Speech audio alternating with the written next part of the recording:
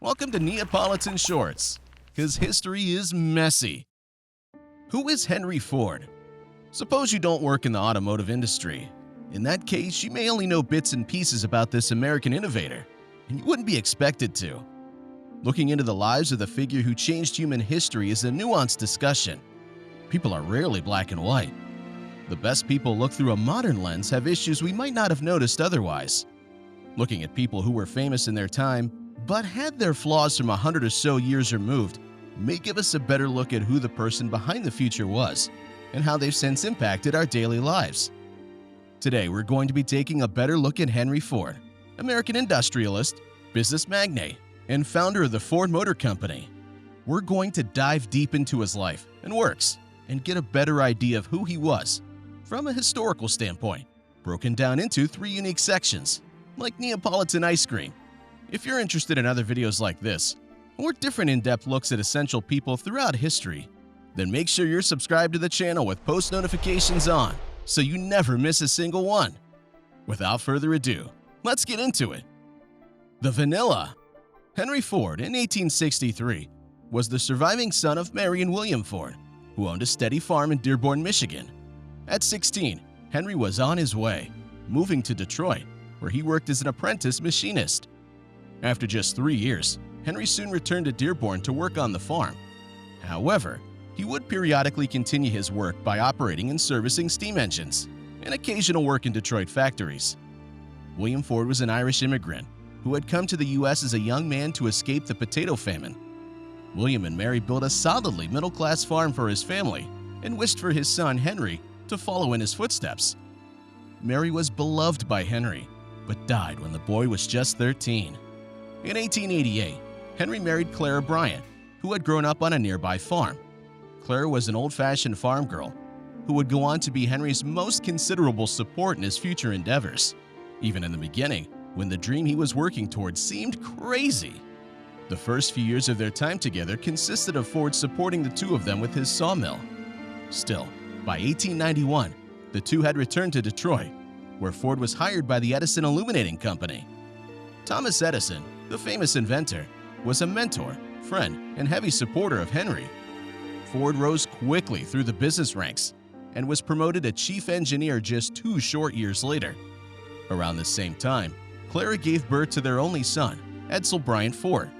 Ford spent most of his time on call 24 hours a day on his efforts to build a gasoline-powered, horseless carriage or automobile.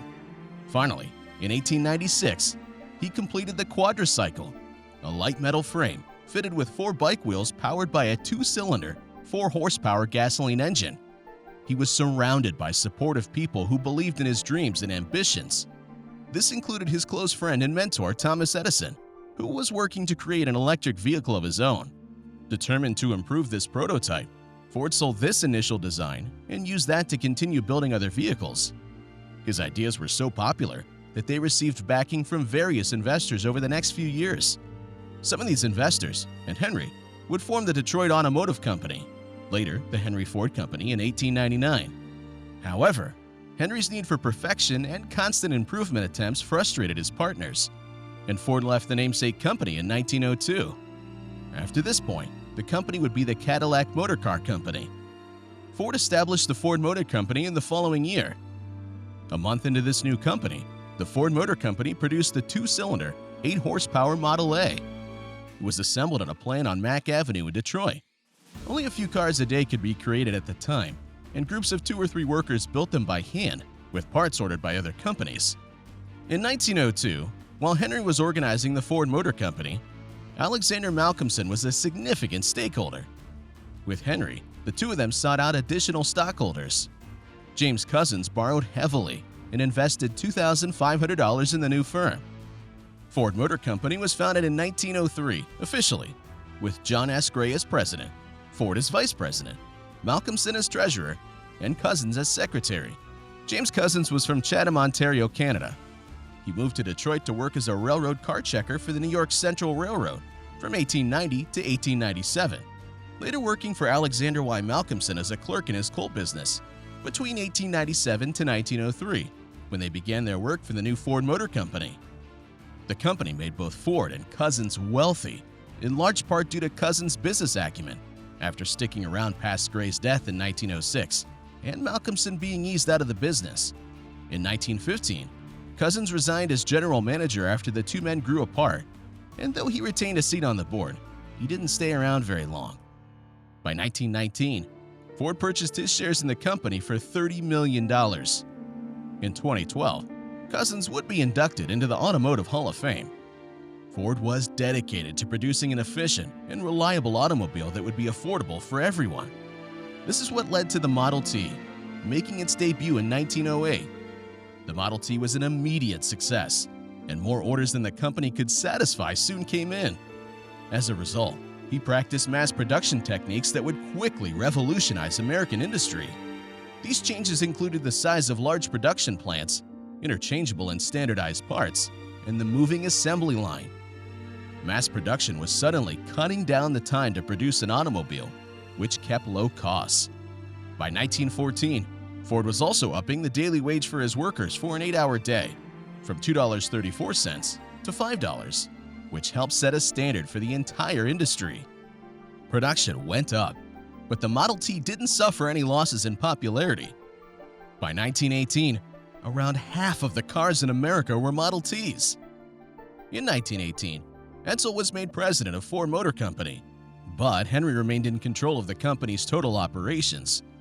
A court battle with stockholders, including brothers John and Horace Dodge, led to Henry buying out all minority stakeholders by 1920. In 1927, Ford moved production to a massive industrial complex on the River Rouge. It included a steel mill, glass factory, assembly line, and all other necessary components of automobile production. The Model T ceased production in the same year, and Henry rolled out the new Model A with better horsepower and brakes, with many other improvements throughout. By this point, Ford was the most prominent automotive manufacturer globally and had produced some 15 million Model Ts. In addition, Ford had begun to open plants and operations internationally. The Model A was a disappointment and was outsold by other significant companies nearly immediately. Discontinued by 1931, just 4 years later. Ford had introduced the first V8 engine, but the company had already dropped to number 3 in sales. His progressive minimum wage policies weren't helping anymore.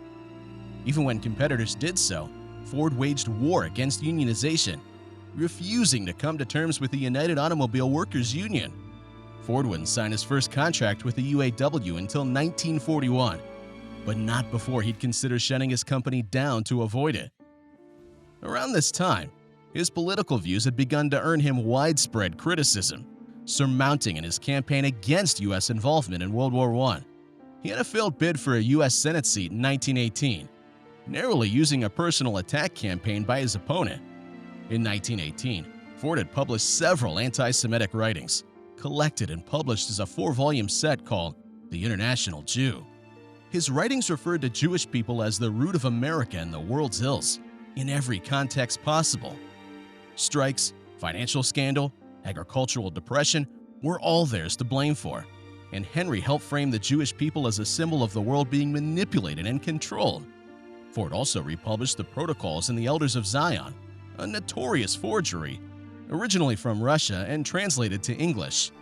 It would claim the existence of some Jewish conspiracy across the world, that a group of Jewish people got together and planned the fate of the world for financial catastrophe, war, and more. Henry reprinted it into the Dearborn Independence as a factual piece, meaning anyone reading it might make the writing news. What would separate Ford from other people publishing anti-Semitic material during this time? Indeed, it makes sense that there was general anti-Semitic rhetoric across people and groups who supported Nazi Germany, and Ford was an example of this, but by far not the only one. However, what's notable about the Dearborn Independent is that it was spread through Ford Motor dealerships. So there would be stacks of them at a dealership in California, Massachusetts, and Iowa. They would sometimes even be placed in cars being driven off the lot. Due to the fact that it was being published by Ford, other newspapers would make a note and pick up on what he said. Even reporting that the words were written meant more people were talking about it, rather than some small-town newspaper in a town in the Midwest. Due to the fact that this was Henry Ford's newspaper, it was always going to be reported. When Henry spoke, people listened. Henry Ford's ability to gain a national audience made him an increasingly dangerous person to be making comments in articles like this. He'd later renounce his writings and outright sell ownership of the paper. Still, he expressed admiration for Adolf Hitler in Germany, accepting the Grand Cross of the German Eagle in 1938. This was the highest medal from the Nazi regime for a foreigner to receive. Henry's son Edsel died in 1943, and Henry returned to the presidency of the Ford Motor Company briefly before giving it to Edsel's son, Henry Ford II, in 1945. He died just 2 years later, at 83. The Cherry. Henry Ford's impact went well beyond cars and beyond his lifetime. He was absolutely pivotal in creating higher wages for employees and changed manufacturing plants as a result. He was able to change a city's economy and fundamentally how people travel even today.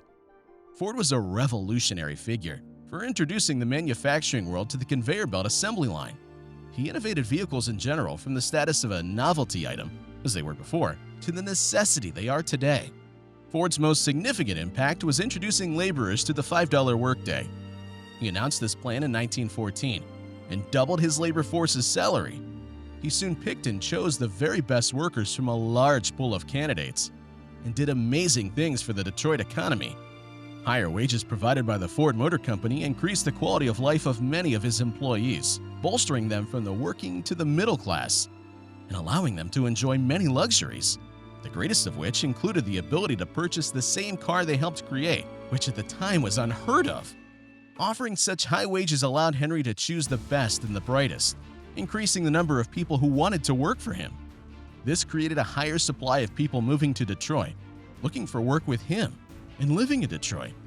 At the time, Detroit was the 13th largest city. Still, with the conception and success of the Ford Motor Company, it had increased nearly 57% over the decade in population, with well over 1 million people living there. Ford's final impact was that of the world, the effects of motor vehicles, and how people would use them. We remember Ford as the inventor of the car throughout history. This is untrue. Henry Ford may not have invented the car, but he shifted and innovated it. Before the 20th century, people didn't view cars as a necessity, but a luxury for the rich. Henry Ford saw the potential for automobiles and chose instead to spend his life perfecting them, which turned them into a tool for the working class rather than a novelty, as they were before. The Model T was designed and made affordable by his own workers. It allowed ordinary, everyday people to purchase a car, which at the time cost $825. It innovated transportation so that people who once had to take a train, trolley, or walk everywhere had their own mode of transportation.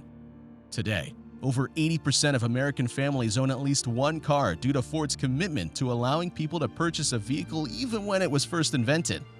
Without those vast leaps, cars may have never taken off to the level they are today. If you like this video and would like to see more like it, then make sure to leave a like so we know what you think and can continue to bring you the kind of videos you want to see. Let us know if you think there was anything we missed, or if you'd like to see someone in particular in the future. We'd love to hear your thoughts on the material or videos like this. Make sure you check out the other videos on the channel for fascinating looks into historical figures, just like this. Until next time, this has been Neapolitan, and we'll see you around.